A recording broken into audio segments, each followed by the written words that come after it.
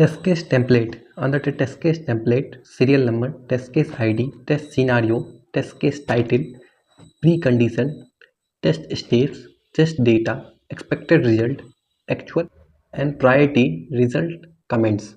So under that, serial number are there like count, test case ID, project to project.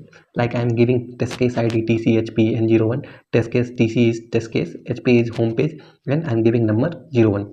So test scenario, that is home page. I want to go to test scenario, that is one liner, that is high level liner. So under that we are going to test home page, so that's a test scenario one liner description. So test title, so verify that home page display canvas button, so that is the test case title. Precondition, open that application and sign in credential for the existing account, or if you are not like having account, so you should create by user, so you have option about that. So test case about scenario like home page, and verify that home page display canvas button, so open application, click on sign in, enter a valid user and valid password.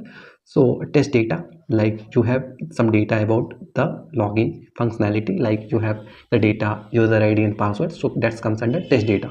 So you are going to test something, so that comes under test data. You want that data to test that feature, so that comes under test data.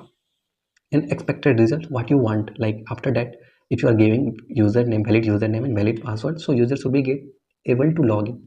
So home page should be display canvas button, that is expected result. Actual result, it is showing. Priority, high severity and high priority, because if you are giving login ID and login password, so user should be able to dashboard, or user should be like able to access dashboard and home page, so that comes under high severity and high priority. Result pass, because user should be able to log in. And comment, if any comment are there, so you can comment like that.